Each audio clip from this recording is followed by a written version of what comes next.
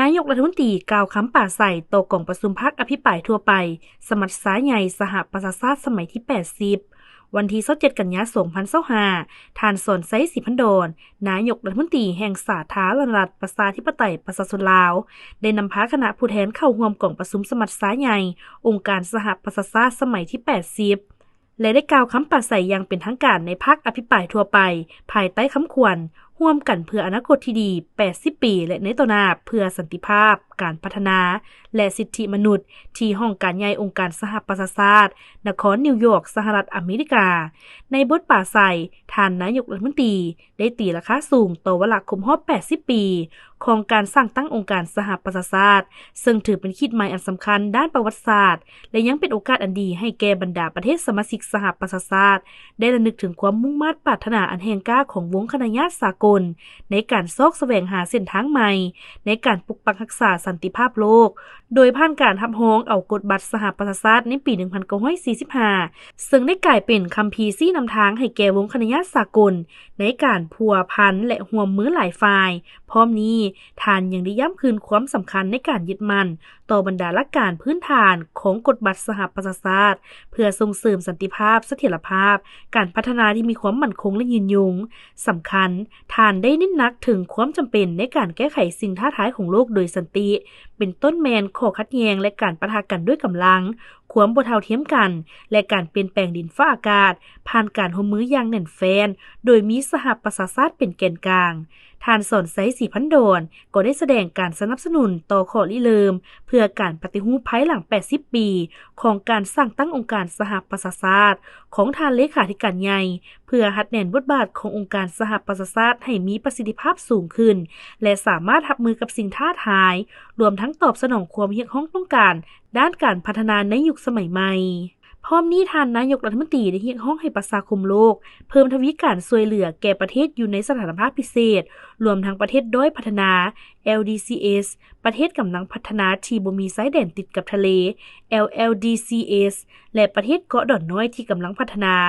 SIDS ท่านได้ย้ำความหมายมั่นของสาธารณรัฐประชาธิปไตยประชาชนลาวในการสืบต่อสุมใส่จัดตั้งปฏิบัติบรรดาเป้าหมายการพัฒนาแบบยืนยง SDGs รวมทั้งยุทธศาสตร์ว่าด้วยการข้ามผ่านอย่างโรงเรียนเพื่อก้าวไปสู่การหลุดพ้นออกจากสถานภาพประเทศด้อยพัฒนาในปี 2026 นอกจากนี้ท่านสอนไซศรีพันดรได้ย้ำคืนทัศนะของสาธารณรัฐประชาธิปไตยประชาชนลาวต่อปัญหาปาเลสไตน์อิสราเอลโดยเรียกร้องให้ทั้งสองฝ่ายหันเข้าสู่กระบวนการแก้ไขข้อขัดแย้งโดยสันติวิธีก็คือการแก้ไขปัญหาแบบ2รัฐพร้อมเดียวกันสาธารณรัฐประชาธิปไตยประชาชนลาวยังได้เรียกร้องให้ยกเลิกการคว่ำบาตรทางด้านเศรษฐกิจและการเงินต่อสาธารณรัฐกูบาพร้อมทั้งลบรายชื่อประเทศกูบาออกจากบัญชีประเทศที่สนับสนุนการก่อการร้ายและยกเลิกบรรดามาตรการบีบบังคับฝ่ายเดียวทั้งหมดต่อบรรดาประเทศเอกราชในวันเดียวกันท่านนายกรัฐมนตรีได้สืบต่อนำพาคณะเข้าพบปะท่านอันโตนิโอ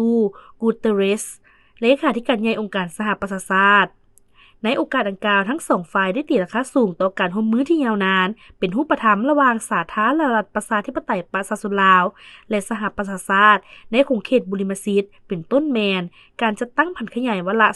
2030 เพื่อการพัฒนาแบบยืนยงโดยเฉพาะแมนมีเป้าหมายที่ 18 คือการแก้ไขปัญหาระเบิดบ่ทันแตก UXO แผนงานเฉพาะสำหรับกลุ่มประเทศด้อยพัฒนาและประเทศกำลังพัฒนาที่บ่มีชายแดนติดกับทะเลเข้าในแผนพัฒนาเศรษฐกิจสังคมแห่งชาติเพื่อบรรลุเป้าหมายหลุดพ้นออกจากสถานภาพประเทศด้อยพัฒนาและกลายเป็นการเชื่อมโยงเชื่อมจอดในภาคพื้นพิเศษท่านนายกรัฐมนตรีได้ย้ำคืนความหมายมั่นในการสืบต่อสนับสนุนบทบาทสำคัญขององค์การสหประชาชาติเพื่อแก้ไขบรรดาสิ่งท้าทายและวิกฤตการณ์ต่างๆที่วงคณะญาติสากลพวงเผชิญหน้าอยู่ในปัจจุบันท่านเลขาธิการใหญ่ได้สมเสยผลสำเร็จของสปป.ลาวที่ญาติเหี่ยงมาได้ในระยะผ่านมาเป็นต้นแมนการผ่านเกณฑ์มาตรฐานในการออกจากสถานภาพประเทศด้อยพัฒนาทั้ง3เงื่อนไขถึง2ครั้งพร้อมทั้งบทบาทของสาธารณรัฐประชาธิปไตยประชาชนลาวในอาเซียนท่านเลขาธิการใหญ่ยังได้สมเสยความพยายามของสาธารณรัฐประชาธิปไตยประชาชนลาวในการช่วยเสริมขยายสันติภาพในโลก โดยการรับเป็นประธานกองประชุมทบทวนคืนครั้งที่ 3 สันติสัญญาเกิดห้ามระเบิดลูกวานที่จะจัดขึ้นในปี 2026 นี้และการมีส่วนร่วมของสาธารณรัฐประชาธิปไตยประชาชนลาวในเวทีขององค์การร่วมมือเซี่ยงไฮ้ ACO ที่สาธารณรัฐประชาธิปไตยประชาชนลาวได้เข้าเป็นคู่ร่วมเจรจาขององค์การในปีนี้นอกนี้องค์การสหประชาชาติได้ให้คำหมายมั่นว่าจะสืบต่อสนับสนุนสาธารณรัฐประชาธิปไตยประชาชนลาวในการบรรลุเป้าหมายการพัฒนาแบบยืนยงก็คือในเส้นทางการออกจากสถานะประเทศด้อยพัฒนาของสาธารณรัฐประชาธิปไตยประชาชนลาว